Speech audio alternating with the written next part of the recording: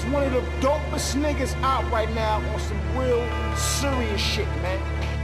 The reason why I wanted to bring up this next act. Yeah, we're gonna talk about 50 Cent right now. Listen, I want everybody to shut up. He controversial as fuck. 50 Cent, I'm telling you. Nigga 50 Cent, he's real major right now. He's gonna shit on the game, man. 50 Cent got shit in the smash for real, for real. This motherfucker say what the fuck he wanna say. I haven't felt this same presence since Biggie Smalls back in 94. Now it's 50 Cent time. Yes, sir. What's going on, everybody? Welcome to the first episode of ThrowBlks with J5, Josh P's, and MC on the Black Print Network. ThrowBlks, man. It's a new one. ThrowBlks. New show. ThrowBlks. You know, it's funny. BLKS and just black, like BLK. Yeah. My friends have a field day with that. They love that. Why? They just think that's the funniest thing in the world. Why we take? Because the thing is, there's no real reason why we took the A out of black. Nah, we just got to keep doing that. We got to keep branding that. Yeah. Like, well, we took the A out because Aryan. No Aryans. Yeah, you feel me? This is an African American podcast only. No Aryans at all. This nigga crazy. I can't tell if you're dead serious about that. I am dead. When am I not dead serious about this type of shit? Come on. What's up, YouTube? What's up, patrons? What's up, public? We're back. New show. In case you didn't know, we introduced this a couple weeks ago on the Black Print, which you can, of course, listen to on our network. And it's basically going to be a show. I saw the mind of Josh P. I feel like you've always wanted to do this type of show. Yeah, no, this is, man, I have always wanted to do this type of show. You understand? Like, since, like, way back. I just think, I don't know, I've had so many albums in my lifetime that have, like, been pivotal to me. Yeah. Like, albums that I just remember very vivid memories. Like, that's how I connect memories. Like, I have a terrible memory. So, I wonder why. Yeah. I mean, no, it's, you know what, man? It's just genetically. But anyway, you know, I just always wanted to do this, and I think, you know, I'm looking forward to even, you know, getting into some other bags. It's not just gonna be hip hop. I think we'll get into some alternative shit. I'm not gonna do it right away. Yeah, but I'm interested in. I want to do Green Day, American Idiot. That's so, like, here's my thing. My friend Pat listens to our shows, and he's just like, I didn't know this about Josh. Every week he's like, I didn't know this about Josh. Like, he's gonna hear this and be like, American Idiot. Yeah. Whoa. Like, absolutely want to do American Idiot. I want to do it's funny. There's like an Incubus album. I don't remember the name of it. But oh man, listen, I can get into the Incubus bag. Those are my niggas. Yeah. Like, I want to see them live. Like, I've never, like, secret thing about me, I've never been to a live rock show, alternative nothing. Oh, never been. I've been to a few just cause, like, I had some people, like, shout out to Fat Possum out in Mississippi. Those was my boys. I've been to a few of their shows. They had like a whole label and just a bunch of artists. Yeah, I don't know. I've been to random ass rock shows. I wanted to go to Trash Talk. Shout out to Turnstile too. Oh, my bad. I'm just shouting out rock. Trash Talk. See, I know what's Here's up. the thing, but MC, he said I don't be listening to that shit in the whip. Where are you listening to it to? I really don't be listening to it in the whip. I probably just listen to it at home one day. Like, turn on, see it. I peruse, but I'm not like, I can't say I'm an aficionado or something like that. I don't. I'm not either. I think that it's like something where it's like, if we were to like deep dive, I think people would really be interested in that, because it's like we'll get to it. Yeah, it's outside of our like comfort zone. Well, not mine, but yours in a lot of ways. But the world wants to see Josh pulling up and Chop Suey is blasting. That's what they want. System of a Down, Josh, would be a different type of vibe. That'd be crazy. Different. But today's album, we're gonna go back in time, okay? And as we cycle back, my clothes are gonna get baggier. My hats are gonna get bigger. Mm-hmm. My chain is gonna be, you know what I'm saying, a lot bigger with a big Jesus on it. My earrings, I never had earrings, but my earrings are gonna be big from the mall. And my shirt, oh yeah, is gonna be G-Unit, because we're going back to 2003, Man. February 6th, I believe, right? Yep. 2003 6th. To the release of Get Rich or Die Tryin. That is our first album on ThrowBlks. ThrowBlks, man. This is I'm so excited for this to be our first album, because I just have vivid memories of this album. 20 years old this year. Yeah, it's crazy, 20 man. years. And we're old. Yep. Yeah, I'm for sure fucking old. I went to a Korean barbecue last night, and I'm hurting today. Oh man. Yeah, I'm do it to you. Hurt. Yeah. I'm fucking hurt. Like, a couple years ago, I would have been good. I'm like, Yeah. I'm getting up today. I'm like, I ate too much, bro. Oh Why's the man. pain? Oh, just eating too much. Oh yeah. It's all pause. It's all meat. Yeah, you gotta mix in a little. They call it the banchan, I think.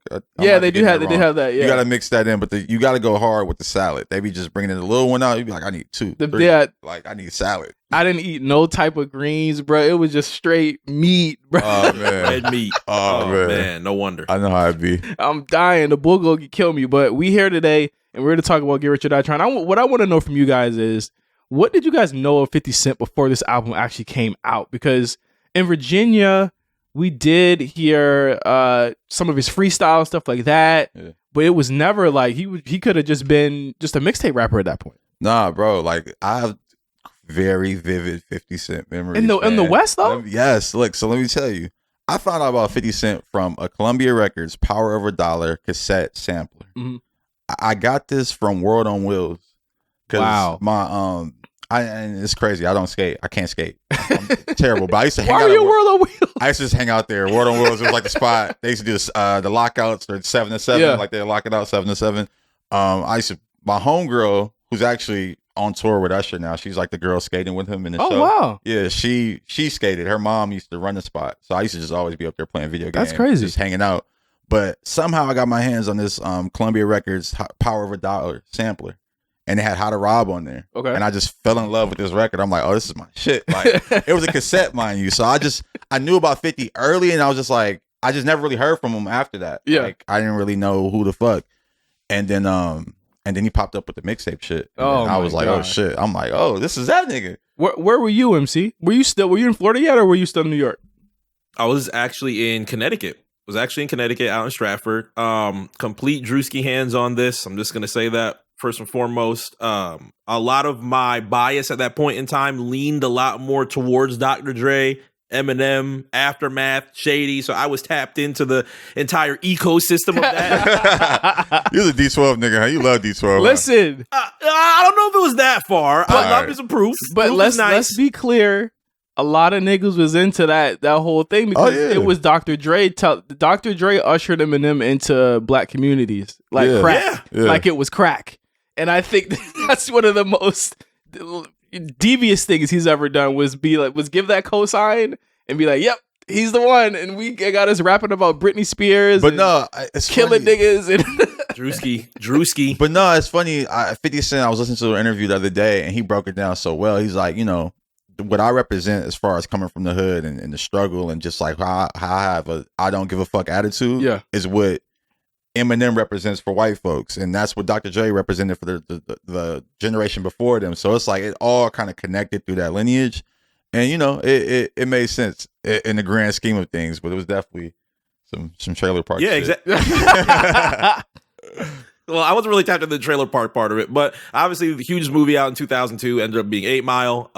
50 Cent was on the soundtrack, I want to say at least like 3 times. Yep. Places to Go was huge. Wanksta, of course, ended up being his single. And the noise just started bubbling. I remember a lot of noise that was on MTV with Josh Gideon talking about 50 Cent is on the way. My dad actually introduced me to my first 50 Cent project before Get Rich or Die Tryin' ended up coming out. I did not have any of the original tapes, so I did not know if 50 Cent is the future yet. I did not know of No Mercy, No Fear, Automatic Warfare. I think it's Automatic Warfare. Bulletproof was not until after Get Rich or Die Tryin', and the third one was the one that escapes me. But he had a Big Mike CD. Connecticut, for sure.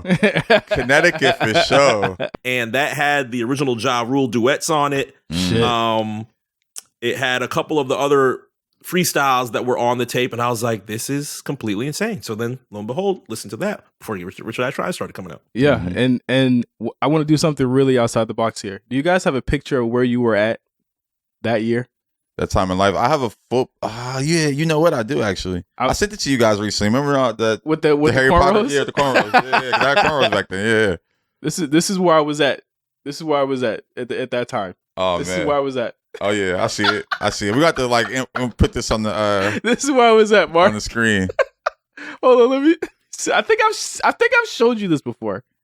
We'll add it toward the video. Yeah, this is I'll send this it is to where the I was video. at. This is where I was at. Rockaware all down, had the Rockaware headband. See, I gotta find a picture because I have a picture just wearing a red version of that outfit. It's funny Because I thought I was for sure. I thought I was 50 Cameron back in the day. 50 Cam. I thought I was 50 Cam back 50 in the day Cam. because those were my two. Like Jay was my like number one, Mm-hmm. but it was after that was like it's too trendy to like Cam. I gotta like 50. I gotta like or not Cam. It's too 50. It's too trendy to like Jay. I gotta like Cam. I gotta like 50. Joel Santana. Well, I say he was gonna be the greatest rapper of all time. Wow. When we get to diplomatic community, yeah, no, you understand. I'm gonna cry. I had a Joel's post at the what the game's been missing poster in my room. Oh my god! I had I had some crazy poster to posters. have. Yeah, right. I had stole it off of like street side. Like you understand when my mom used to drive around and we would see those like street postings. So it's on the like, car. Yes, and I would hop out and rip it off like a light post and run in the car real quick. I had like Young Dro, Jeezy, Snowman, what the game been. I had so many. Them That's shits are hard. you understand when you're driving by, you don't notice how big them shits are. Yeah. It's just a huge, it's a huge ass posters in your room.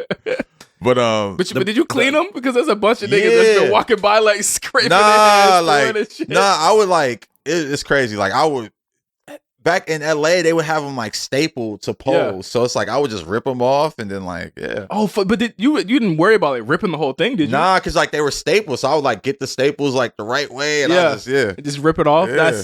That's one thing that I like. It's such an advantage living out here is that y'all get the billboards, the posters. We never really got a lot of that where I was at. So like we had to like go to like an album signing or like the first week. What they used to do we used to have this place called DJ's CDs and tapes. It was our like kind of mini chain in Virginia where you could get all your and they give you the CDs or the tapes in a brown bag. Oh shit! That shit was like I'll never forget that brown bag from DJ's. I would ask my mom, take me to DJ's. I want to get the new Jewel. I want to get From Me to You. Yeah. I gotta get that shit out of there. I gotta get From Me to You. I gotta get Come Home With Me. All that stuff out of there. So like we would go to DJ's and they would give you posters when you would buy the CDs the first week. They would give you the poster because they just had them just in the back. So that's how we would get our music posters back in the day. But that's where I was at back in the day. MC, I would love to see your pictures of where the fuck you was at clothing wise. I'm Rockefeller down. I'm Rockaware down. Well, first off, the Big Mike tape, by the way, it was called "The Future Is Now." I knew I had this. I knew I had the damn. I knew it was title something wrong. now. Yeah, I figured it was The something. Future now. Is Now. Yeah, the Future Is Now mixtape was the one that I had. My attire back then, I do have a photo of like me sitting in my computer chair here from 2002. I don't know if you're gonna be able to see it. I'll put it up in the video there. But back then it had to be like South Pole. Shit. I was big on South Pole. I really did like a lot of South hated Pole. South Pole. Above most. RP55. Yeah, I was very much Rockaware, FUBU, Platinum FUBU. And Nietzsche was. I definitely had some in the. I thought it was E Nice, but that might be DJ. I think I might be thinking of the DJ E Nice. I had It's not E-Nice? Academics. Academics was one. Academics was the one. That's why I was rock. confused with DJ Academics because I thought they was coming back. Man, when he came out, I'm still mad that they ain't like tried to like sue. Like I don't like that. Like Academics need to go get these niggas. And he done ran off with this shit. It's too late now. Yeah, he spelled the same way and everything. Yeah, that's the Crazy. exact same way. Yeah. He ran off. It's probably because he used to wear that shit. He probably used to like be Academics down. Who knows though? But I want to get to the Eminem part because again, like I said, he was kind of shepherded into the black community. I sound like one of them, like one of these type of podcasters. Yeah, my brother. He was. That was shepherded. Third Eye. That was Third Eye-ish. He was shepherded, but I don't. But at the time, he was the biggest thing rolling. Like that's just without a doubt. And then all of a sudden, you see this black dude with him that's not Proof or Bizarre or fucking. You got a real nigga. It's like, Swift. damn. Yeah, like it's a bunch of Conniva or somebody. Yeah. He's and at that time, Eminem was kind of branching out because just the year before, he's like, you know what, I'm gonna start producing my own record. Mm-hmm. And then he's like, I'm gonna actually make this Shady Records imprint into something. Yep. And at that point, you had 50 Cent on or signed to Shady Aftermath. And he was an incendiary figure because all of New York hated this nigga. I'm all about $1. What the Yeah. fuck is 50 Cent? Mad niggas is dissing him at this time. That's what was so compelling about him too. Like I remember like the whole Murder Inc. 50 Cent shit. That shit just made it just. I was like, okay. Like I remember in middle school, they had cliques. Like it was like Murder Inc. and G Unit. That's and dangerous. Like, they were fight. They had a big ass fight at school one day. I'll never forget. I was just at that time. I think I was just like. Kanye was around that time, so I was like, I was a Kanye nigga. I had like polos and shit on. Like I was just like, but I seen that shit. I'm like, Yeah, for sure. Like you understand, I used to have like all the Rockaware sweaters, and I would that's have hard. polo shirts. Like at first, I just had Rockaware sweaters. Then Kanye came out, and I started putting polos under them. I'm like, oh yeah, we on some shit. What did y'all think of the niggas who was wearing the state property? Yeah, I thought the niggas was dangerous. State property. If y'all don't know, state property had jeans that had a compartment you could put your gun in. I don't remember that, but I remember state property was hard to find. Up against the wall had like a few shit, but it was just like they ain't shirts. It never got cold enough out here. Yeah, like they didn't really. Yeah, because state property was like workman's overalls and big ass bubble coats and shit. It was Philly attire. definitely Philly attire. There was nothing cool or fashionable about SP clothing at all. I did, but to the point of 50, I did have G Unit sneakers. Like I remember when those came out. I had Oh man. G Unit clothing too. I had a couple sweatsuits. I for sure had some G Unit sweatsuits. It was cool. The logo, and I think the script logo, the G Unit script logo, the one that's like on their label, one of the most iconic to me scripts ever because it's all lowercase. Yeah. That's the crazy part. It's all lowercase. And I was looking at the chains recently, like the spinner chain. Like now everybody got big circle chains. But 50 was the first nigga with the big spinner, like huge. That shit was crazy. That shit was dragging down to his damn leg. Like that shit was crazy. One of the first kind of big moments for 50 was the Justo Mixtape Awards. Oh yeah. When he showed up to that, came out, performed, shut it down, and that's when MTV, who used to strangely report news, news, crazy. But also the Justo Mixtape Awards. If you guys are like, that shit was a moment though. Yeah, I remember reading about it online and then seeing it on MTV. Like, oh shit, this shit. They would do it in fucking Puerto Rico. They do it in all types of the places. Puerto Rico shit was the mix show Power Summit. Okay, yeah, and then that was the big thing there, and like that's where all the radio DJs would meet up and all the new artists would go out there. Or everybody like that was their Freaknik. Yeah, no, that like it's funny. I was just thinking like that energy needs to be brought back to music. I think now in our day and age we got Complex Con. Yeah, but that was they used to have Jack the Rapper too. Yeah, which used to happen in Miami, I believe, or in the Florida somewhere. It happened in Orlando. The last one was in Orlando, and that's when they got like a big ass fight, and they was like, we can't do this shit no more. Yeah, rappers, y'all ruining the culture with y'all bullshit beefs, shit, man. But that's why we love 50.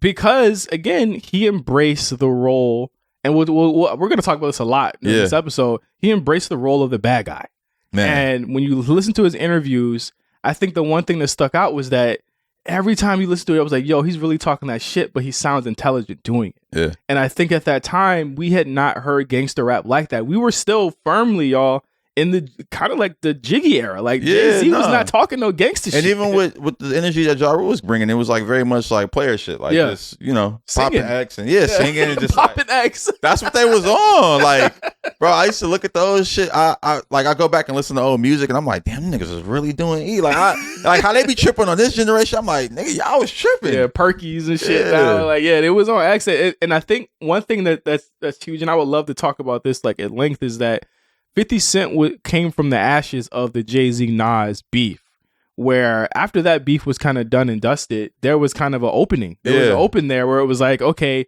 two of our biggest kind of juggernauts had this beef. People had chosen a side, and out of that came this guy that had no affiliation with either. Yep. And he was like, no, fuck that. I'm the new bad guy now. Fuck that shit. And it was a new type of energy that we just didn't have because we went from like super lyrical.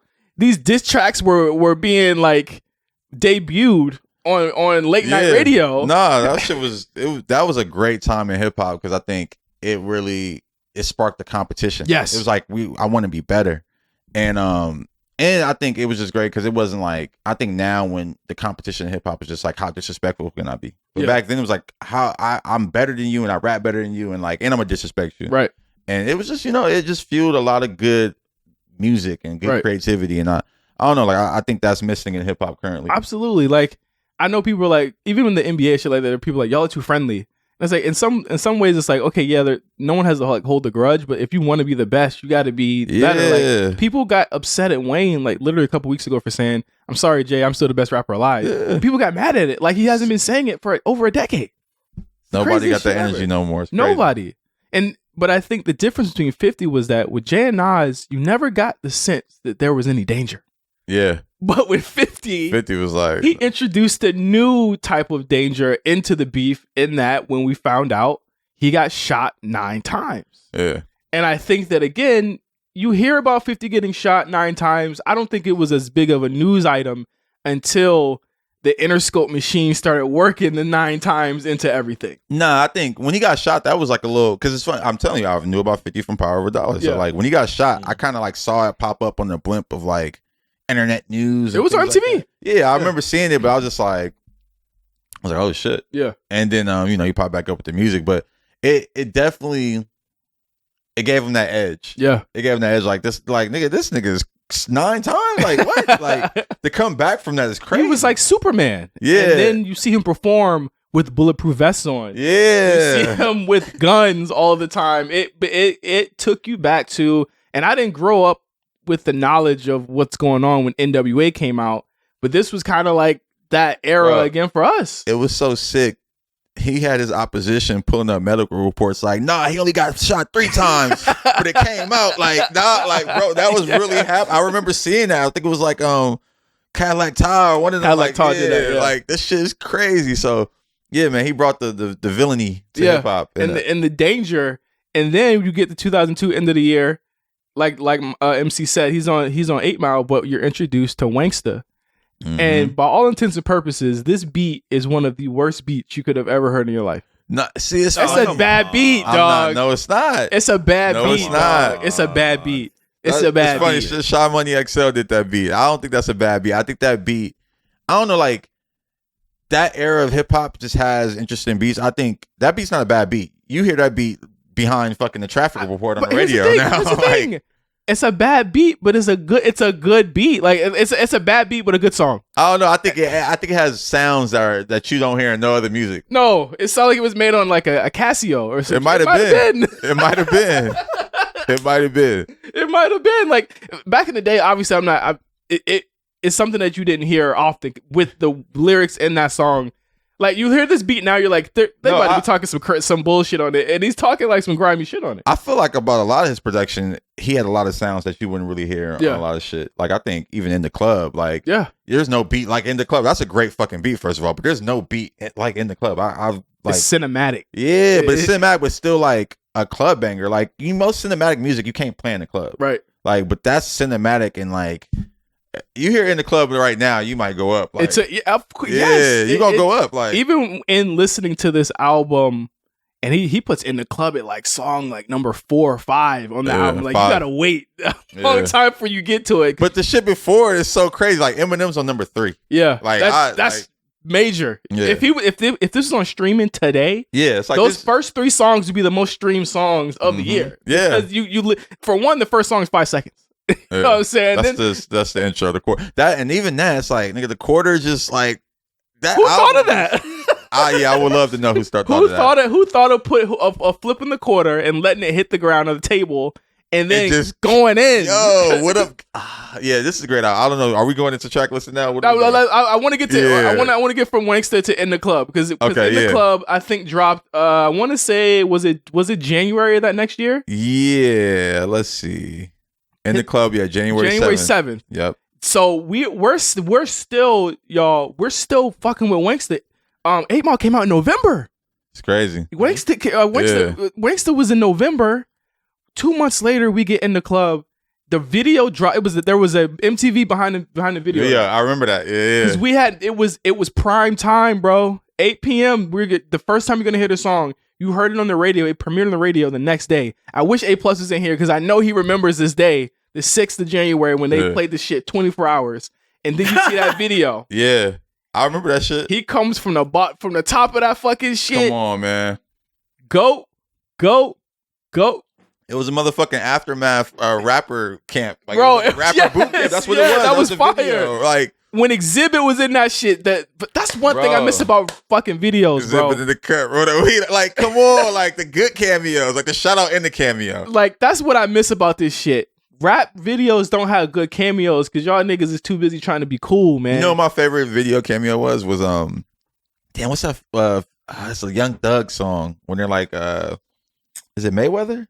they're like backstage of the show and just Oh yeah, Lil Baby's in there. Yeah, it's just everybody's in the back, Yeah. just backstage. Trey shit, Songz. Yeah, it's the most random cameos in the back. Because I think that was at the Meek Mill show in Yeah. Atlanta that day, and everyone just happened to be there, and they just performing. I actually thought Boosie in Fuck Cancer is one of the best cameos. Oh yeah, that is actually. Most random because it's like he's giving Boosie shit, and like Boosie just like, what the fuck is this? Why am I here? But that video to me, it will come on like because I went to school like super early. We all wake up, go to school. Yeah. That video comes on 6 a.m. That gets you ready for the day. Oh yeah, Like I used to have like I used to watch the video. I had like the mix. I used to make my own mixtape. Yeah. I had all this shit like on a Walkman walking to school. I'm like, yeah, this 50 was that nigga. at the first time. song on all of them. MC, how did you feel the first time? Where were you the first time you were in the club? First time I heard In the Club, more than likely I would have heard it on MTV because I ended up being I was a pretty big Viacom head back then. So when I get home, TRL 315, let's go. I'm ready. TRL 315, let's get right. What's the top 10? I need to know what the top 10 is because I want to debate it in my own head. 6 o'clock comes 106. What they doing on the black side? What's the top 10 on? What's the top 10 on 106? 7:30. Direct Effect. Video premiering. Show it to me. What did you say? Direct Effect. Direct Effect was 7 o'clock. Yeah. Direct Effect was 7 o'clock. Damn, I don't remember Direct Effect. I See? was mainly TRL 106. No, you know what's crazy though, because Direct Effect came like later. Direct Effect was their thing to kind of combat 106. 106. Yeah. Yeah. DJ Clue was hosting it. You Yeah. don't remember that? Nah, I DJ don't Clue, remember the that. host. You might have caught it and didn't even know what the fuck it was called. DJ Yeah, Clue, the I might host, have. was a strange era, bro. Right? Like, damn, this is how you look. Because the thing is that I felt this though, and maybe I don't want to be fucked up, but I felt as though a lot of people like looked at DJ Clue like this nigga. Yeah, Like, 'cause, I mean, after backstage and they was bitching that nigga, Yeah. I made me mad because I was a DJ Clue fan. Like, you understand? Like, I remember I had my Yeah. turntable, so I'm like, Yeah. oh, Rockefeller, DJ Clue, I fuck with him. We got the Yeah. hard mixtape, hard ass songs in the mixtape. I'm like, oh, I could do that. This to get bitched in backstage, I'm like, that's how it really be for Yeah. DJs a lot of the time. But yeah, like that whole era was such a great era for just hip hop, bro. Yeah. Because there were and to your point, Mark, there were so many avenues where you could have heard In the Club. And that song shot to number one everywhere. almost immediately Yeah. when it came out. It was number one on TRL. I think they had to retire it. It was number one on 106 in Park. I think they had to retire it there too. Mhm. And then Direct Effect played it almost every time. Sometimes they could twice. But it was one of the biggest singles of the year. Probably one of the biggest hip hop singles of all time. Yeah, no, it's crazy. And I just was like doing my research, reading about the making of that record. Like, he recorded that record just to the drums. That's nuts. And when Dre heard it, he was like, I didn't think he was going to take the record there. Yeah. Like, just what he was saying. I can hear you. Like that. He didn't think he was going to go there. And then he was like, all right, like, we got to beef this up and Yeah. make this as big as the record you just made. And it's just so interesting that 50 Cent, like, that's why I love him so much. Like, he had all the controversy around him, but he was an artist. He's a great songwriter. Great songwriter, great lyricist, great flows. Like, there's so many different flows in this album. Yeah. I'm like, yo, and just even how he raps. He's from New York and he raps like a Southern dude. Yeah, kinda. that I wanted to get to that too when we get to the album. Is that his cadence started in a lot of ways, kind of people accepting the South Mhm. in a lot of ways because Yeah. it was him, it was Dipset, it was a couple other people, Yeah. Fabulous, a couple other people in New York that embraced the South. That was like, hey, we got to stop. We're getting a lot of our flows from this shit, and that's where even in the club, he don't rap like a New York dude. He could kind of rap like he's from the West. Yeah, no, once we get into it, Get Rich or Die Tryin is a West Coast album. 100%. Like, I don't think people understand all the sound palette of that album is Yeah. a West Coast album. There's moments in there like Wanksta where Yeah. you kind of got that. That's more of an East Coast sounding song, but this album sounds like some post G funk, like Yeah. Aftermath. This is what Aftermath does. It's crazy that you said that he created the song to the beat because the beat isn't even a normal 4/4. The actual drums are like not normal. To that point, shout out to Mike Alonzondo, Yeah. producer from Los Angeles. Was one of Dre's proteges. Went on to do shit for Carrie Underwood, Pink, and all types of people. This dude basically kind of made the beat with Dre's arrangement. And like, I can tell, like, all those songs, he wrote like 5 songs on the album. Yeah. All the songs he worked on in the club, If I Can't, those are the big records. Those are the anthems, the anthems you can play in the club. Yeah. You can play If I Can't in the club. Right now. Yeah. And it's like, that's crazy that, they were able to make these type of records and make them cross over so many different like lanes and demographics. Right. Like I don't see that from hip hop now. Like No. a song like I Just Want to Rock maybe is close to that, but that song to me is one of Uzi's songs. He could play. He can perform that song anywhere. I just saw him doing it like an Oscar party. And I thought about it. I'm like, oh, that crosses over to like an Oscar party to fucking Rolling Loud. Nickelodeon. Yeah. But I tell people all the time that song was an accident. You think? You think so? It was absolutely a snippet that kind of just got leaked. Yeah. And then like that's why the song is like a slow down hook, then a half a verse, and then the song's over.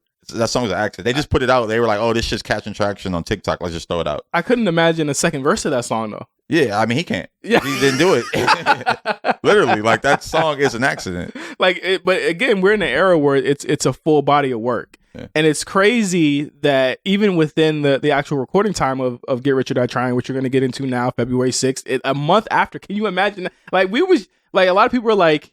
Now they kind of do album rollouts like this now, where it's like we put the single out and then boom. But 50 had Wanksta before that, which was already on the chart. Yeah, no, his shit was already moving. Like that's why I was like, we're gonna put Wanksta. Put it out. It's like and the crazy part about it is they had to push that album up a week because of bootleggers. I had the bootleg version. The bootleg came out in January. Yeah, like I had the bootleg for sure. Like I was just like, oh, this shit's fire. Like, and back in the day, we were used to that RNS era, that Rap Godfathers era, where we would have it 2 weeks before. We're like, okay, it comes out when February 6th. I have it January 24th. Yeah, like we'll definitely have it 2 weeks before.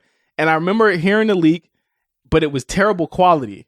But when you got that CD, that's when you fucking knew. Look, let's just get into the album. Let's talk about the cover. Yeah, the cover. Everything iconic. Like that. Just the fucking Gucci fucking gun vest. Holster, like I'm like, bro, like you just look like a fucking supervillain. Like you literally look like a supervillain on this cover. I wanted like the symbolism and the imagery of the gunshot going through the heart, going through the cross.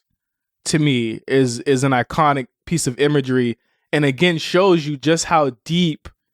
I feel as though how deep 50 Cent was thinking about making this really kind of a statement piece. Yeah, this is what it was, and like even just inside of the booklet, I fucking miss album booklets, y'all. Yeah, I can't remember the last album. I'm trying to remember. Did Get Rich or Die Tryin' have the holographic cover too? Yes, it did. Yeah, that's what I'm thinking because I had to. Yeah, that was like the special edition. You understand? Because it would go like it would move the chain. Yeah. So you understand? I made my dad drive to multiple Best Buys to get the holographic edition that came with the bonus DVD. Yeah. I'll never forget. We found it at the Best Buy in Culver City on Washington.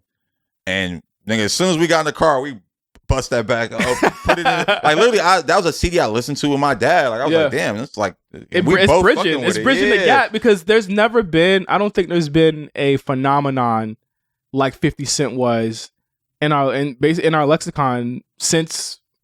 I mean, because I like, you could say Drake was, but like I don't feel like older people like Drake. You know what I'm saying? Drake is very much a of the moment generational type artist. Like you had to be there. With 50, everyone was there. Everyone had tapped in. Like white people was calling him 50 Cent. Yeah. Well, I think that was the cool thing about it too. Like Drake to the older generation is just stay safe. Yeah. Where 50 Cent was like made safe music, but was not safe looking. So like, oh, like they want that. Yeah, they wanted that juxtaposition, and like I don't know. It's just interesting, man. Like he really, like, even what he is now as a persona, it's like he really made the bad guy likable. Yeah, he earned that. Yeah, he earned that. Like he'll never get like the looks that Snoop gets because the Snoop is really just all around likable. Well, Snoop would just do anything. Yeah. What say, MC? On top of that, it's not necessarily saying that, you know, gang talk and gunshots were brand new to hip hop at the time. Obviously, it's been there for X amount of years, but to have that at the level and the stature that 50 Cent was at the point in time, there were points where international editions didn't even want to publish that gunshot. Like, this was not something that normally made an album cover. So you look at the international edition of Get Rich or Die Tryin', it's just him with his shirt off, posing. No glass. There is no gunshot. Yeah, no glass break. Yeah. I was going to say, like, he is off of the clean version of the album. Like, they took a whole song off because it was like the entire song. Yeah, it was off the point in trying to do heat. Yeah, like you can't even put this whole record. So, the song In the Club, along with a lot of other records, recorded on a 5-day session with Dr. Dre. Dr. Dre, as Josh said, Dre was amazed. Wow. With how he did it. All the songs that Dre did, he did in 5 days. The rest of the album was kind of cobbled together. Some of the stuff was on his mixtapes. Some of the stuff was new stuff. But a lot of the beats that were on this album were supposed to go to Rakim. Well, yeah. See, that's the thing. Like I hear some of the beats, and I'm like, oh, I hear Truth Hurts on that. Yeah. Like, what was it? 21 Questions. Mm-hmm. Like 21 Questions is and that was a record that wasn't even gonna make the album. Like they were like contemplating not even putting that on the album, Which is crazy. And ended up they asked 50. He was like, yeah, I want that on the album. Yeah. And they made it. Because 50 knew. Because 50's a funny nigga, right? Because that's the most Ja Rule like song on the whole thing. Yeah.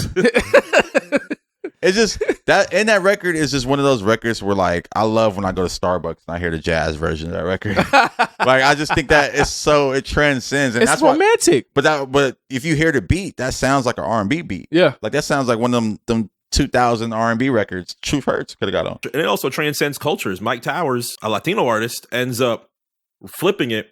His record Girl is like one of the bigger, Latin pop, Latin rap songs that there are out there. I remember hearing that a couple months ago. Well, not a couple months ago. It was like about a year after quarantine. And it blew my mind. You really don't think about how many different, nationalities and countries that G Unit has touched in that entire run, even though they told you multiple times when DJ Wu Kid would be like, hey, we're in Lebanon for the week. You start thinking about how crazy that is until 20 years later. Yeah. For sure. No, again, as we get into the album itself, as we said, it opens with the coin drop. Then we hear What Up Gangsta. One of the best intros of all time, you think? The coin drop? No, the What Up Gangsta? Yeah, absolutely. I think this is one of the best albums of all time. Oh, 100%. But I, like, just intro wise, I think everyone knows when you hear the like, and it's just so universal. What up, blood? What up, cuz? What up, gangsta? He's like, yo, I'm for all of y'all. Like, you understand? Like, he's making universal music with what he's doing. Like, I don't know if y'all remember one of the bonus tracks, In the Hood. Yeah. With Brooklyn. Whatever happened to her? I'm like, but on the hook, she says, from Southside Queens to Inglewood. Yeah. And I was like, oh shit, they shot on Inglewood. I used to go up to that. Like, that was always on my mixtape. He always had that respect because, again, like you said, it's the West Coast album in feel and in theme, but also he was over there with Dre. Mm-hmm. And he was over there learning about this shit. And he was in LA. Like, you gotta understand, he had just got shot. He's like, I'm not about to be in New York. I'm about to be in LA. He left. Exactly. Yeah. But we get into two songs that I like in particular. Patiently Waiting with Eminem. Eminem produced it. I think one of Eminem's best produced songs that he's ever done, because again, he always gives himself like a flair on the song. Like in this song, he gives himself the hospital, the beeping noise and shit like that. And I'm just like, of course you gave that to yourself. But what did y'all think of Eminem as a producer? It's funny. I like the earlier Eminem production because I could tell he had co-producers. Like even on this, like Mike worked on this. Worked on this one. Louis Resto was his big co-producer. So it's like you could tell that he had people kind of like coaching him through the process, and he was just kind of going in there and like kind of just not pantomiming. He was probably putting really hand to the pad. The drum, you could tell an Eminem song from the drums. But I like his earlier production more.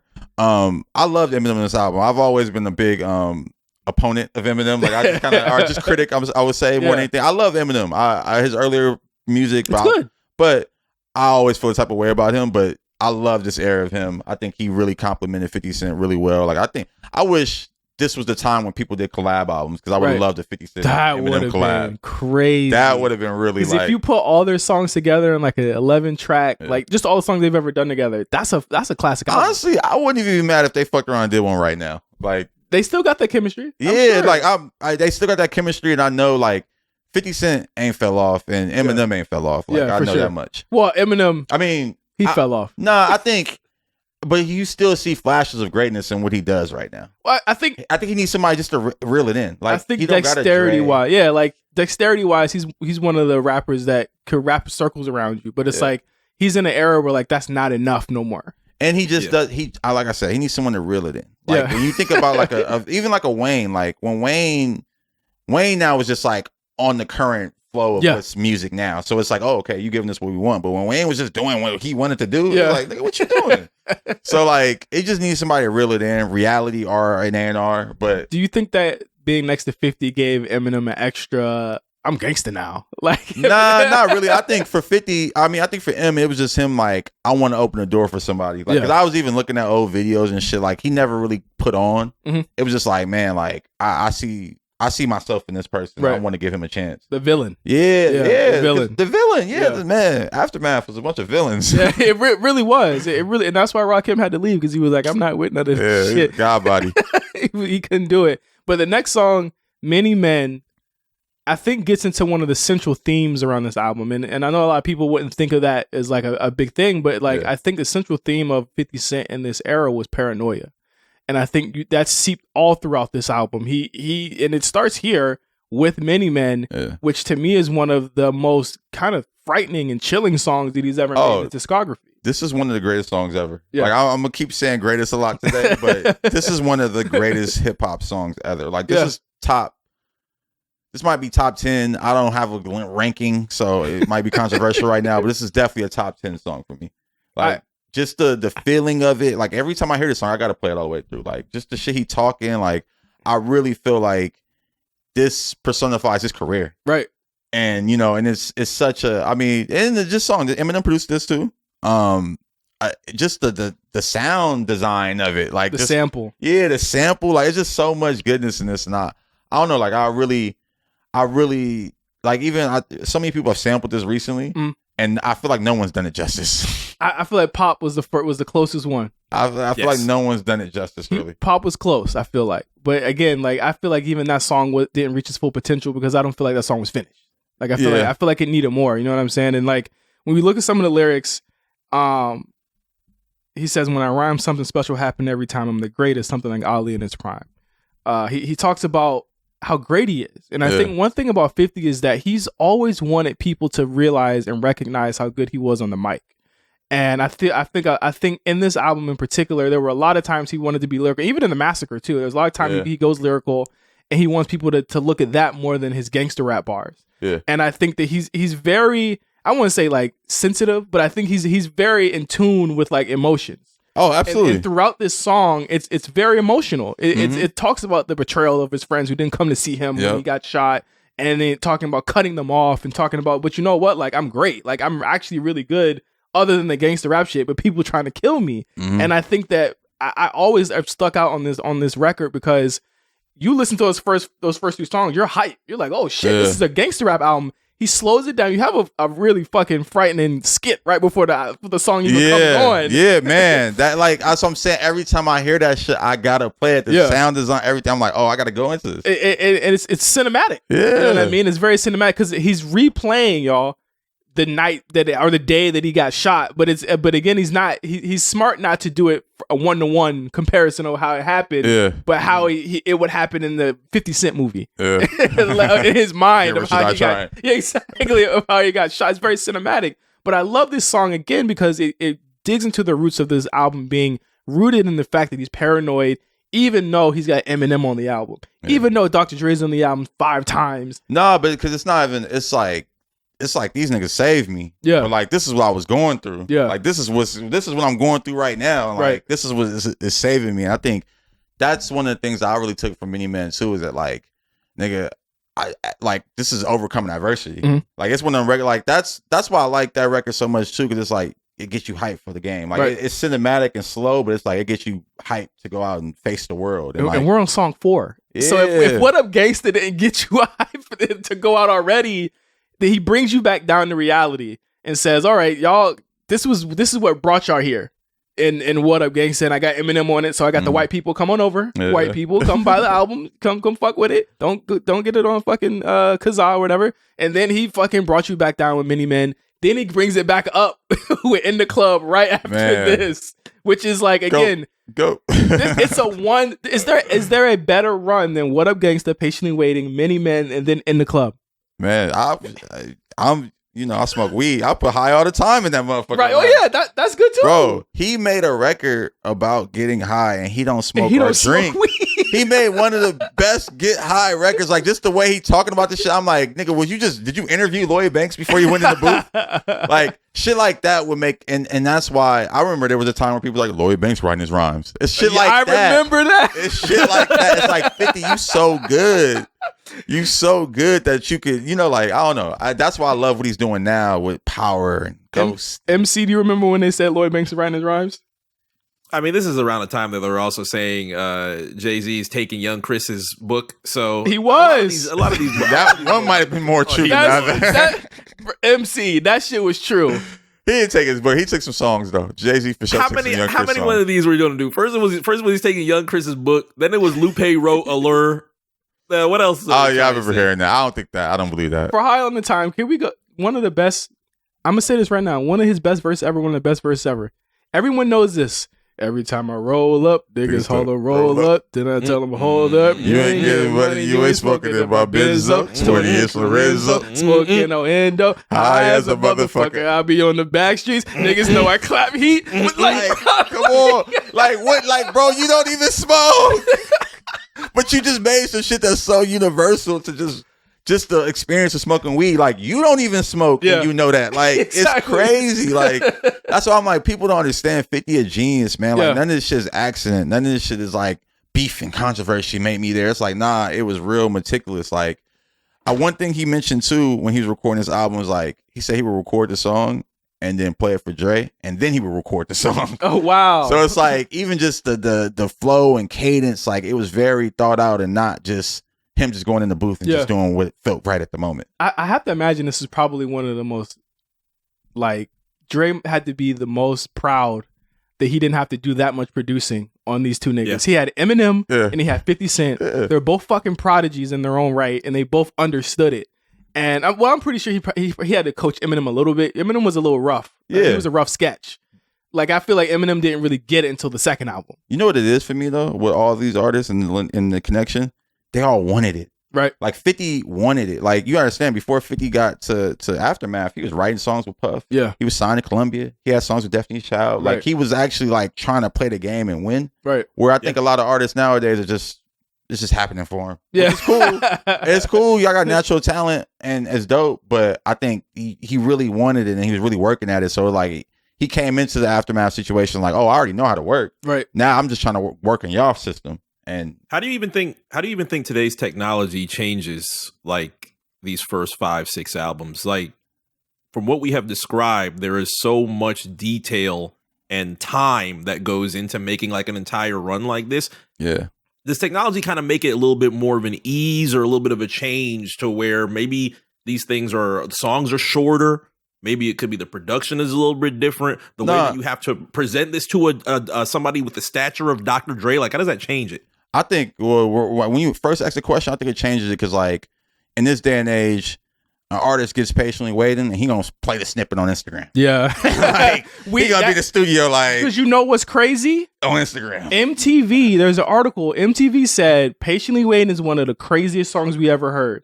We didn't hear Patiently Waiting until the day this fucking album came out. So like, imagine like some of these records, like you wouldn't even feel the same because just like you heard it on snippet and you like, it's shit now that I'm waiting for artists to drop. I'm like, damn, this shit ain't gonna never come out. Snippet era. Like niggas keep saying on Twitter, the snippet era was crazy. I just was talking to an artist, Childish Major. Shout out to Childish Major. He got a snippet on his Instagram right now. I damn near thought the song was out. I told somebody about the song because it was talking about first time he had a bad bitch. Yeah. And I was telling my homegirl like, oh, this is a funny song. I'm looking for this song. It's not even out. I go to this page. I'm like, nigga, this shit ain't out yet. This nigga like DM me like, nah, not yet, gang. I'm like, all right. Come on, man. You gotta put these songs. You gotta sit on it and then shock niggas with the song. Cause again, radio stations, the day the shit came out, they skip right to the Eminem song. Mm-hmm. So again, it's like Eminem's going fucking crazy on this shit. And I think even on that song, 50 said, I'm gonna stay back because you're gonna do all the work for me. You know what I'm saying? Like a lot, like Eminem said, you're gonna do the work for me. You're gonna bring people to the game for me. But one more line I want to talk about on High All the Time, and it goes into what I said on Mini Men when he says, if David could go against Goliath with a stone, I could go at Nas and Jigga both for the throne. Because again, like I said earlier, it was wide open. Mm-hmm. Jay was niggas don't want to admit it. Jay was hobbled. No. Jay was defeated. Yeah. Nas ain't won it. You know what I'm saying? Nas was just like, I beat this nigga. Like he knocked Jigga the fuck out and then walked away. Stepped over the nigga and there was a wide open lane where Jay had there was a chip in his armor. Mm-hmm. And 50 Cent said, I could be that. And 50's always reminding you on this album, I am good at rapping too, bro. No, it's funny, man. Like, I'm looking at that second verse too. So he said, finna crush my enemies like I crushed this hashish. Yeah, bro, you don't even smoke. He's crazy. 50 Cent is crazy, man. I know niggas in the studio like, what? Yeah, but to your point, like, there's no competition. It's just me. Yeah. 50 Cent, motherfucker, I'm hot in these streets. Exactly. Like, he was the hottest nigga at the time. He really like, what? No one just, was talking about Jay-Z. Jay-Z would have, and I think honestly, the reception to 50 at that point made Jay like, it's okay for me to retire. Like these niggas is going back to gangster rap. I can't beat this. That's a good point. That's like, a good point. He put the Black album out in November, right next to Beg for Mercy. You know what sold more? Beg for Mercy. That's crazy. Beg for Mercy was and a very Blueprint, crazy and Blueprint album. 2 was 4 months prior. Blueprint 2 dropped in November, which he actually told us a year prior after all the beef. He was like, all right, Blueprint 2, I'm seeing you in November. He said that December 2001. And remember, so he's clearly Jay albums got a year of burn. Yeah, no, Jay. That was when Jay was like, album a year. Album a year. But it's crazy. Like Jay was definitely. It was a lot going on beyond just the beef shit. I think. Yeah. I think it was just Rockefeller. Rockefeller's That was all apart. changing. Yeah. So he was just trying to like let me speed out. I feel like we have context now about deals. So I think if I had context about deals back then, I think he was just trying to speed out of the deal. Yeah. To get into a new deal. And leave Dame high and dry. That's fucked up. That's kind of what I feel like. I don't know. Like I'm just speculating, but that feels like if that happened now, I would be thinking that. Yeah. If Gunna did that now, I'd be like, he's trying to get out his YSL deal. Hey, it makes sense. It is a central theme towards 50 Cent, though. I just don't get the credit that I feel like I do deserve. Like, yes, I am more than just me and two of my buddies flipping records and making funny rap shit for the radio. I can actually do an album. My friend Lloyd Banks can actually do an album. We specifically can do albums. These are not just mixtape things that, you know, are really popular to the kids and the teenagers at that point in time and completely flood out the streets. We can do this thing at a grand level that had not been seen as of yet. And even now, 20 years later, I still feel like 50 Cent does not get the proper credit that was deserved from that run. It's a life-changing run. That's crazy that you feel like that. I mean, I feel like that's almost like an East Coast bias because, like, in the West Coast, we just accepted it. Yeah, so like my Beg for Mercy, fucking Shout Out Cashville, like what a Hunger run. for More, What a like run. those are like those are some of my go tos. Like that's a year. Yeah, like I definitely want to review those at some point. Those are gonna be ThrowBlks. Like maybe we do Absolutely. all those as one The episode. G-Unit or something. year. Because it started with 50 and it ended with Straight Outta Cashville that next summer. Yeah, like those are albums that like are very pivotal in my life. And like, oh, you know what I always think about with Buck and Straight Outta Cashville? That fucking ski mask with the grill is everywhere. Classic. So hard. Everywhere to this day. That started there, and like I see that image flipped everywhere. That was a special edition cover too. We got to get into that. I had too. all, you understand. I had all the special edition covers. The Lloyd Banks special edition cover is one of the best covers. Yes, it was. Hunger for More Yeah. was one of the greatest special edition covers I've ever seen in my life. And it was the niggas doing that. Yeah. And that's one of the greatest fucking just titles. Hunger for More. I think So about that all the good. time. Like I might get that tatted on me somewhere. We got to, the G in a row. We got to keep going through the album though. Yeah. Next song, and Mark said this, he said that he was doing it at a high level. And he, to me, is a high level gangster rap song. Oh yeah. That's like scoring 40. But with Heat, I want to talk about the music video, which premiered on that DVD that Josh was talking about, because it was actually they took it to MTV and BET and they said, hell no, we're not playing this shit. Shit was crazy. Shit was wild. Like 50, and that's why he's making power now. Yeah. It's like he was in like just the way his mind thinks. It's like, nigga, you're crazy. You're out of like, I don't know. It's just. But rolling through that from High All the Time into the skit where a nigga says, hey, you want some of this shit? Yeah. Hell no, I don't want none of this shit. I don't give a fuck. I don't play that shit. And I'm finna bust a cap on a nigga. Hey, shut the fuck up. Slow down. This nigga head's right there. We gonna tighten his ass up. Let me get in the other car. All right. 5 seconds later. If it's beep, cock it, and dump it, the chrome really means nothing to me. The sing song flow, because again, he's kind of moving with the beat. That this ain't normal beats that he's rapping over. It's just funny. I'm looking at the first verse. It's not even really no curse words in it. They just had to just take this shit off. He said, he said motherfucking. Do a clean version. He just said motherfucking in the first verse, but they was like, nah, we just gotta just take this all the way off the album. Keep thinking I'm candy till your fucking skull get popped and your vein pop up the top like Jack in a Box. There is no clean version. There is no clean version of that. It would just be silence. That's literally what all it would be. 50, was silence. It's the most violent song ever. One of the funniest videos I've ever seen in my life. Yes. I think it's on YouTube still. It might be. You can definitely watch it on YouTube. Please please, if you have never watched this video, please. You know what's crazy? Watch this video. You know what's crazy? This is tame. This is tame. Right? I was watching a Weekend video from the After Hours album because I'm like, after that live shit, I've just been listening to those albums back because I wasn't really fucking with them. There's a video where it's like women killing a nigga and blood. Nigga's shooting head all getting over him. cut off. Yeah. Oh, I didn't watch that. Head shit. wrap, blood spurt. It's just like Bro. when I said, Heat is nothing. it's like Taker Foley in 98. Like, it's one of the most shocking things we've ever seen in 98. But 25 years later, it's like, We seen it. We seen this niggas before. fall Like, close. bro, he Yeah. ain't not. It's him behind some PS1 graphics and shooting niggas out the car. Like, Bro, it's crazy. It's just hilarious. It's like it's the precursor to the video game. If you really want to keep it 100, That's real too. That's like, real. It's a precursor to that shit. But next we get into If I Can't, which Josh. I think If I Can't was supposed to go to Rakim, but that was one of the Oh, beats really? that was supposed to go to Damn. him, See? which would have been some rapidy rap. I don't. Oh, He would have. man. That wouldn't have been good. That wouldn't have been good. This shit was the one.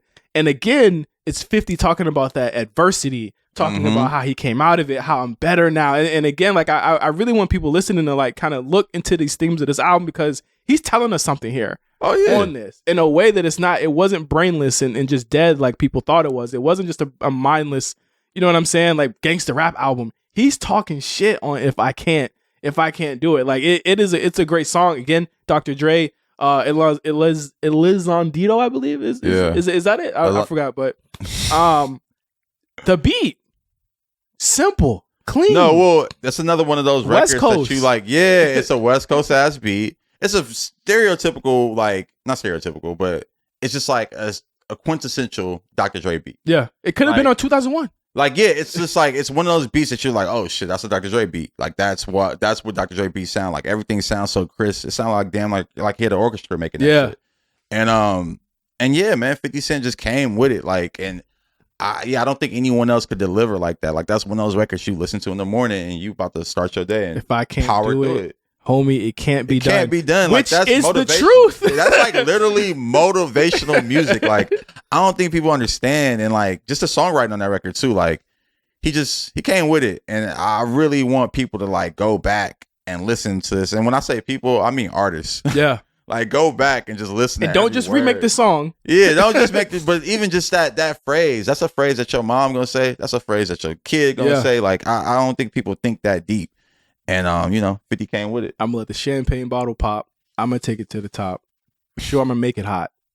That's what and that's another thing. 50 had the women. Oh yeah, no, he definitely got the woman. And this is definitely another song that was just an example of just great flow. Yeah. Like just great flow throughout. Like just I don't know, man. I really don't think he get that recognition because he was one of the ones. Like Yeah. when you look at I think Nelly is in the same vein too. Like Nelly had great Songwriting. lyricism, great flow, great songwriting, and just doesn't get that.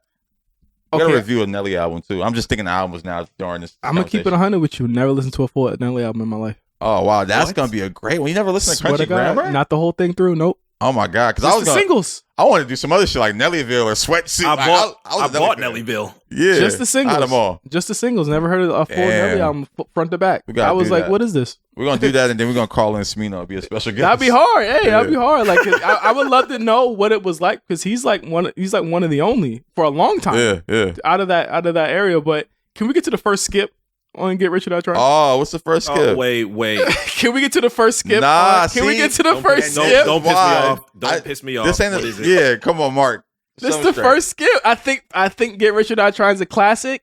It's got one skip. One skip, and you think this is it? We're not at it yet, so I want to hear this. Debatable two. Ooh. Debatable two. I wanna Debatable hear- two skips. I'm trying to think what my skip would be if it was a skip. I know don't have my one. skip. I know what my but I skip want to hear is. hear what his skip is. When we get to it, I'll tell you. But Bloodhound is my one skip. I don't. For All right. one, So this is your skip. no. There's two skips. There's Oh, you got a two. debatable. There's a debatable Okay. second skip where Okay. we gonna get. It's at the tail end of the album. I wonder Okay. if y'all can guess which one. I it think is. I know what it is because this I is know my what skip. it is. I know what my skip is. Okay. So but- you want me to say? No. It's when Oh. we get to No, it. no, no, we wait. get to it. Because Mark, you don't skip nothing on this, Mark. No, I skipped one record. I Okay. skipped one record. and Debatable. It's gonna be Oh, interesting because we're on at least. I think if an album gets to the 9th song and I skip one song, that's a great album. Period. Sure. If I'm at 9 That's fair. on a 16-track album, I can get through the first half of it without skipping nothing. That's a great album. Okay, I can't do that with a lot of shit today. But Bloodhound, I don't know. I think it wasn't the best way to introduce Young Buck because he actually doesn't even rap like that on anything else that he's ever done. he sounds crazy. This also sounds like a song that they added at the last minute. I like introducing Buck as a member of UTP. Exactly. G Unit. UTP. Yeah, it was like that. I like that song because that was him being like, yeah, I get my shit from the South. So I'm gonna have a South record on here and that's him being like, I'm just trying to get out of New York. Like, I just want to be on anything that's not New York. Like, I got my New York shit because I'm from New York, but they hate that nigga. But that record probably, I don't remember. I don't know. Did it go crazy in the South? I'm not sure. We won't listen. You said it wasn't a skip for you, so I would think it was a record. What is the quintessential Buck introduction though? Because when I think of like the first time I was like KRS at Buck, teach him how to stunt. It was like rock the mic toe, I threw off my chain. That's what I remember about Stunt 101. Stunt 101, yeah. Stunt 101. Yeah. Period. He talking about the stabbing, all that shit. Stunt 101 is crazy. Stunt 101 is crazy. He had the best verse on Stunt 101. Buck was the realest, yo. Nigga jumped off the porch. G Unit. Nigga, I'm stabbing niggas for this shit. Stunt 101 is the quintessential Buck where I'm like, because I remember when Stunt 101 came out, again, MTV record is like Young Buck shines in this G Unit record, and that motherfucker for sure. I think Shaheem Reed wrote that article. Wow. And sure enough, Young Buck had the best verse on that motherfucker because it was his cadence. Yeah. 50 played to his strength on that song, and that was that type of beat that he could do well on. We gotta get to the beef. Back Down. Yeah. I swear to God, I didn't want to break down track by track, but this album is so good. You just got to Back Down. A little bit of gay panic on this. Not gonna lie. It didn't age well. Not gonna lie. Nah, like I like Back Down because I just think like, again, this is such a basketball record for me. This is when I was playing sports. Okay, so this is just records I was just listening to when I was just like before games and shit like that. So like, I'm hoping this is making people want to turn this off and go listen to the album. Like, yeah, like this is just one of them albums I would just be like, so Back Down was just one of the records. That was definitely in my sports playlist as I went to games. What did you think of the women in the background going G-Unit before such a big, crazy record of Back Down? Before Maybach music, that was the shit. G-Unit. That was hard. Yeah. He just was talking that shit like your mommy, your pappy, that bitch you chasing, your little dirty ass kids. I'll fucking erase them. Like he was like going like I just was like, yeah, like that's what we on. Imagine Retrospective. How old are Ja Rule's kids right now? Because that's one thing that I think of a lot when I look at Haley Mathers. Like that 20 years from now, obviously Haley Mathers has heard a whole lot of this. What you thinking about? You look at Haley Mathers. No, like you were definitely involved in a very large. I feel you. Why are you laughing? You think about? Are you trying to take it somewhere I was completely not taking? I'm just playing. Finish your thought. I'm sorry. Wow, that's crazy. You're worried about what you worried about what they think, like, and the beef. Think of the records that you have heard. You have heard Loose Change. You have heard Do Re Mi. You have heard Back Down. You have heard Hail Mary. You have heard. What else did they diss him on? I would have been like, yo, daddy flamed your ass, nigga. Yeah, exactly. It is crazy though. I'm not back. If Ja Rule's my dad, I'm not backing my dad. If Ja Rule's my dad and I heard Back Down, if Ja Rule's my dad and I heard Back Down, I'm like, sorry, pops. I'm with the G Unit, bro. Because imagine you got to go to school and you got to hear the end skit of people going, I will jet Li his ass. Use a Pop-Tart, sweetheart. You soft in the middle. Eat you for breakfast. The watch was in exchange for your necklace. Hey, man. That was real. He was talking about some real things that had been happening on that record. Because I think you gotta understand, like, and that's why this beef runs deep. Like, I definitely don't want to get to no street shit conversation here, but this watch was a shame for your necklace. Like, what he's talking about is he supposedly snatched Ja Rule's chain, and he got no, right? He got a watch from Aftermath. Aftermath gave him this crazy ass watch when he signed. Yeah. And basically, it's just like, yeah, like I'm fucking with them. Like they gave me the chain for your necklace. Oh, or the watch for your necklace. Yeah, like Dre's in the studio. Yeah, like or just like nigga, we choosing sides. Like we not fucking with y'all. Jay, you gotta understand too. Like, well, not to cut you off. Like, sorry, Murder Inc. was tied in with Death Row. Yep.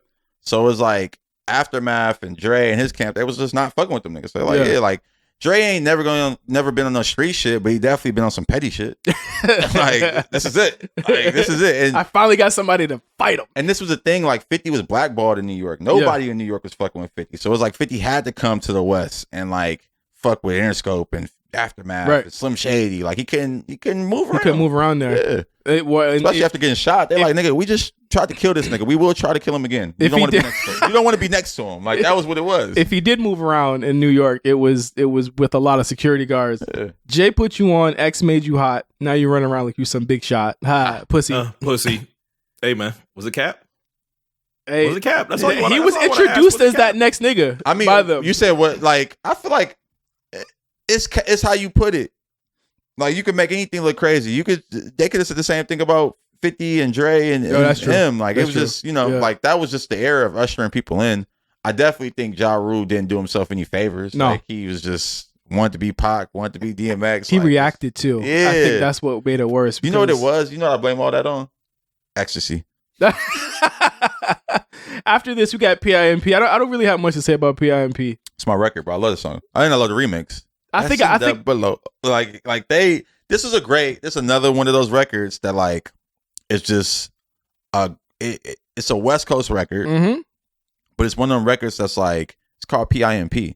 But your mom singing that shit, like everybody's singing P.I.M.P. Like that's a song that like it made like that's why I would be dying when everybody be like pimping and all that. Like look at this is songs. These are hit songs. Yeah. Y'all love pimping. Now y'all don't love pimping. Now all right, we're not getting into that. I know we're not. I was watching Truth Be Told last night. You know what they call it pimping now? You know I figured it out. What? They changed the name of pimping. What is it? To sex trafficking. What? No, that they changed it because like pimping was getting too cool. So they had to give it a new, like connotation. What's Truth Be Told? That's it's an Apple TV show with Octavia Spencer. Oh, okay. Yeah, okay. Gabrielle Union's on this season, and this whole season's about sex trafficking. Oh, okay. It's really fucking good. I heard it was good. Yeah, it's good. Fucking Mekhi Phifer's in it. Oh, yeah. Mekhi Phife. That's another nigga. He got bigger. He got real big. Yeah, that's cool. He's dope. I think with P.I.M.P. I kind of like I like the remix a lot better than the original. Yeah, I like the remix. I think that's what it is. Okay, this is my debatable number 2 skip. Was it P.I.M.P.? No. Oh, hold on. Before you get to that, I just want a little more. P.I.M.P. is also funny because it's 50 Cent again cosplaying. Like, you don't smoke weed, you're not a pimp. Like, nigga, what? Like, and someone brought that up too when they dissed. I think Jar or somebody brought up the fact that like, how you talking about pimping? You ain't a pimp. Yeah, like it's just, but it's dope. You seen the nigga in the video with the little Miami hat? You wasn't fucking with the yo, progress was a slow process when you talking about me. Oh no, I was fucking with it all. He does it well. He knows how to act. Also, the production, so unorthodox. Mr. Porter, he fucked with everybody on Aftermath on this album. Like, if I'm not mistaken, he produced all D12 stuff. Yeah, he did. He was in the group too. Yeah. So like, he just another of Aftermath creative circle. Like they were killing it back. He was a way better producer than Eminem. Another funny fact before you finish, this is the end of P.I.M.P. This is one of Roddy Ricch's favorite songs. Really? I was in the studio with him one day and he told me that. That's so funny. I was like, damn, okay. But it just shows that 50 Cent, like how young he is, and how big 50 is. It's like 50, the impact is there for sure. Obviously, somebody back in the day that was 6 years old heard that song and said, I gotta rap off this song. Like this is it. My second debatable, this is my debatable skip. Love My Style with Tony Yayo. You know what? End the show, bro. You don't really want you skip Like My Style? Yeah, this shit was hard. I don't fuck with Like My Style. I wish Yayo had a real verse. Yeah, but I'm gonna have you as a trauma, boy. And the song ends right after that, bro. Like for one, it started to get the album starting to get long in the tooth. That beat was a little weird. That beat is a little crazy. There's some sounds in that beat. Who did that? Rockwilder, yeah, bro. Rockwilder but see, this is 50 Cent being like, I'm from New York. Let me get a Rockwilder beat. Let me get Tony Yayo on it. Like, did Rockwilder have to like show up to the studio in a trench coat and a mask to do that? Because he can't show up in New York after giving him this fucking beat again. Bro, this beat is crazy. Yeah, it's a debate.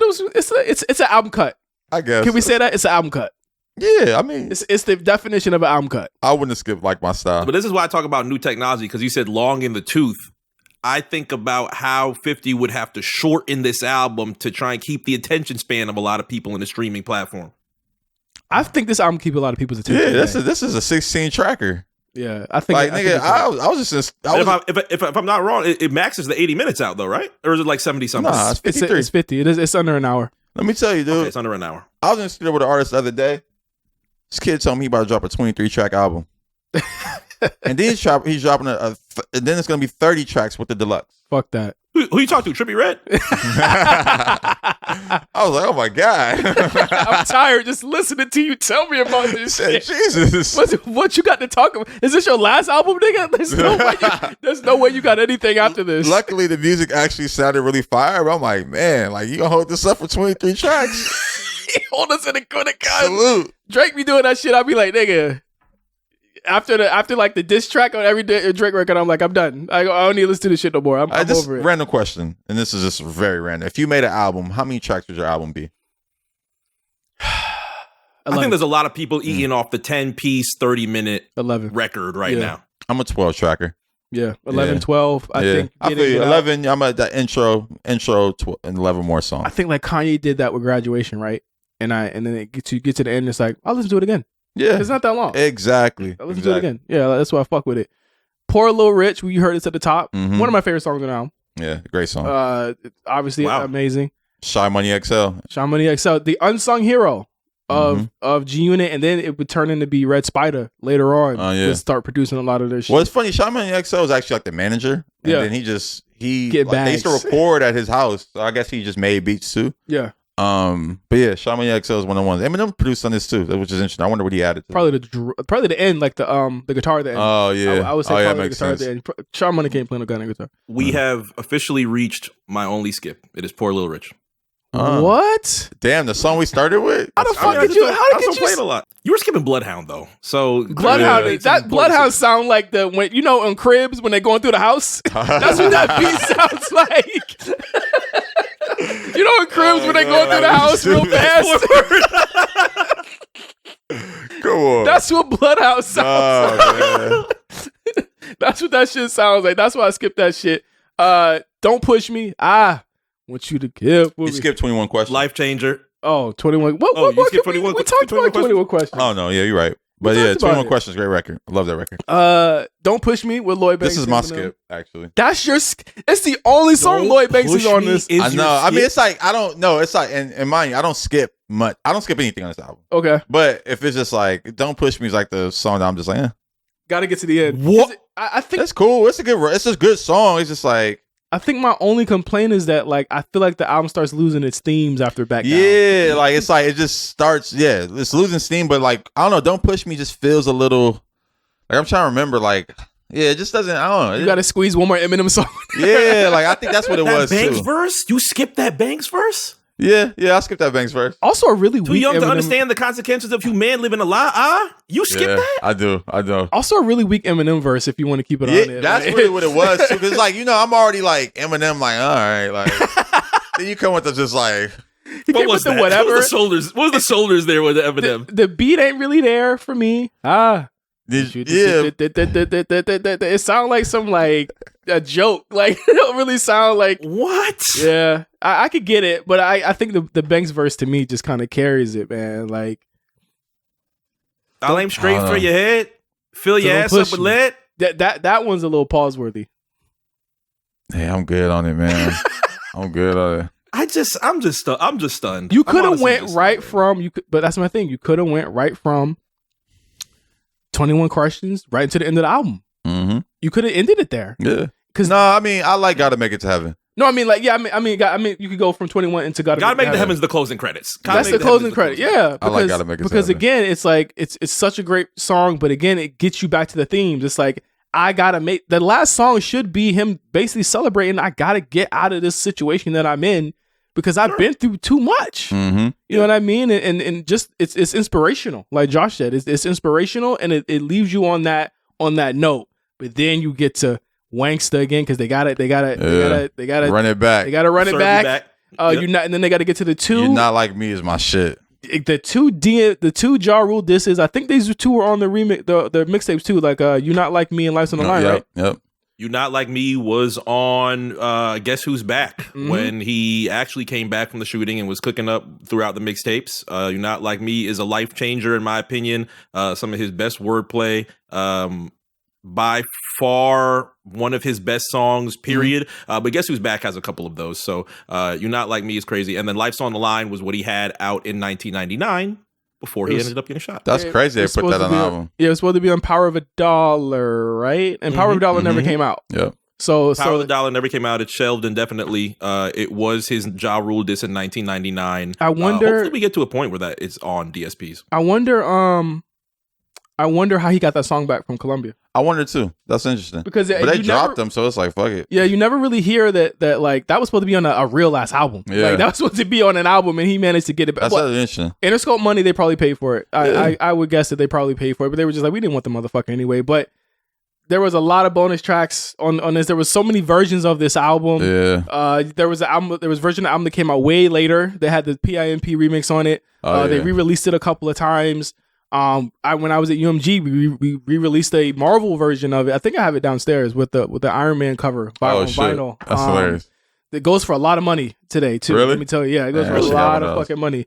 But I mean, just a classic album. The sales. I mean, the sales just went crazy. What it was like 900K. What was it? First week, yeah, he did 872. 872. It ended up being the best-selling album of 2003. Which is unheard of. It's Diamond. Yeah, I was gonna say it's Diamond. Yeah, I know it's Diamond. Shit. Did he win a Grammy? No, he didn't win a Grammy off that. It won favorite rap and hip hop album at American Music Awards. Who gives a fuck about that? It was nominated, right? What won? Would the Black Album win that year? Yeah, I think so. Best rap album at the 48th ones. That would have been 2004, right? Yeah, it was Speakerbox Love Below. Which rightfully so. I remember that leak too. That's one we got to talk about. Yeah. I had that leak mad early. Let's talk about Speakerbox Love Below later on this year because it turns 20 in November, September, I think. End of the year. End of the year, like September. That's an interesting album because with the album I want to get into like where Big Boy and Andre's heads were because it really felt like these niggas was not fucking with each other. Was in two different states. Yeah, like shit was crazy. It's like Andre 3000 has or Big Boy has a best album Grammy. Yeah. Mm-hmm. But they don't consider it his album. Well, I'm not even gonna front, man. Speakerbox is hard. It was, and we got to talk about it. I feel like it was so like Flip Flop Rock also, is. I counter the like creatively. Love Below was great. Mm-hmm. The Way You Move is probably the best song on both those albums. Yeah. Like I get Hey Ya, but like who the fuck likes Hey Ya? That's a skip for me. Keep it real with you. When I play the album, that's a skip. I don't listen to it no more. I like She Lives in My Lap was She Lives in My Lap is great. One, but Flip Flop Rock is one of my favorite Big Boy songs. Jay-Z kills that shit. Yeah. And then he retires like 2 months later. But that was Get Rich or Die Trying. One of the greatest albums. What can we get to the ratings for this too? Is there a rating at the bottom? While you guys talk about ratings, I'm going to look for something in my closet. Hopefully, I still have it. Pitchfork gave it a 7. Damn. Pitchfork gave this. Yeah, I'm like, a 7. when you said ratings, I'm like, I don't give a fuck what these motherfuckers think. XXL gave it 5 mics. That's because Elliot was there. 5, whatever it is. That was Elliot was there. These niggas still don't understand. They still don't understand. They never will. That's why I'm like, I don't give a fuck about Pitchfork. That it's again one of the greatest albums of all time. He will follow this album up 2 years later with The Massacre. The Massacre. Which I don't know what I have conflicted feelings about The Massacre. I like The Massacre, man. People didn't like The Massacre. I was a fan of The Massacre because I just feel like that cover, man. When people saw that cover, that was a funny what cover. is this nigga on? That was a funny cover. I wonder who designed that cover. We gotta look that up. Like it looked like Miami Chaos, and Mark can't hear this, but like I think The Massacre was at that point, but it sold 1.1 million copies. Yeah, like that's what you understand. Like even with the whole game shit and all that shit going on, like it was just dope. Like it was just good energy. Like, and I fuck with a lot of songs off of The Massacre. I like that, like Ski Mask Way, Baltimore Love thing, Rider Music. That was a crazy run right there for me. Like I love those records. But then you have records like Gatman and Robin, and I'm like, throw my computer across the room. Like, Get in My Car, Piggy Bank. I'm Supposed to Die Tonight is a great record. That's like Mini Man Part 2. Yeah. Like, but again, but did you feel as though with that song it was like you're not really paranoid anymore? Well, my thing was you're too just far like from that. It's just 50 Cent making good fucking music. Okay, just making good songs. Like even just the just a little bit Candy Shop, Out of Control. This is a great fucking album. I like the Jamie Foxx shit too. Build You Up. Yeah, and then look, So I'm talking about that. Like this had like good runs to me because from position of power to God Gave Me Style. Yeah. That's a crazy run. Yeah. That's a crazy run. Even So Amazing with Olivia.